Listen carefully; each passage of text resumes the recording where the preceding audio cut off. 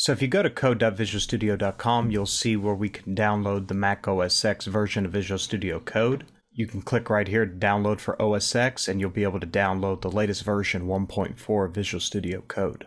You'll also come over here to Node.Js.org, and you can download the most current version or the recommended for most user version of Node.Js.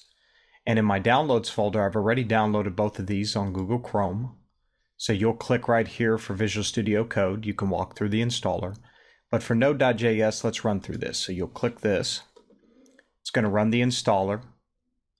We're going to press continue. We're going to continue on for the license itself. And we're going to say agree. And we want to install it on this machine. Utilize the password we need to associate with this installation.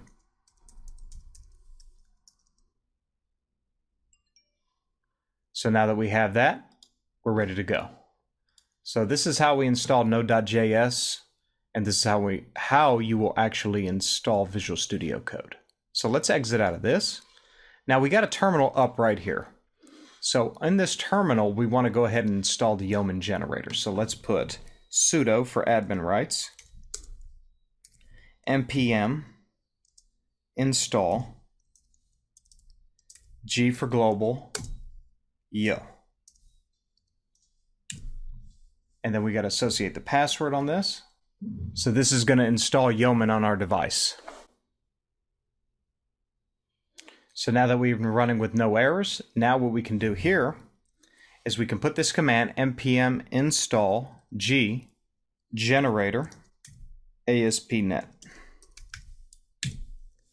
We're going to install the latest version of the ASP.NET Core application generator. And once we have that, we can test if it works by saying yo ASP.NET.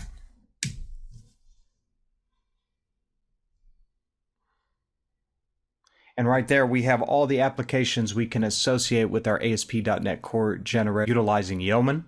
So we can build a console app, an empty web application basic, an API application, a class library. So as you can see right here, we can implement this via Yeoman, and then we can build our app and institute it inside of Visual Studio Code and run the different commands associated with our application, which we will do in the next lecture section to associate how to generate scaffolded application utilizing the Yeoman generator. So this is the basic software we need to install before we get started with building our ASP.NET Core applications.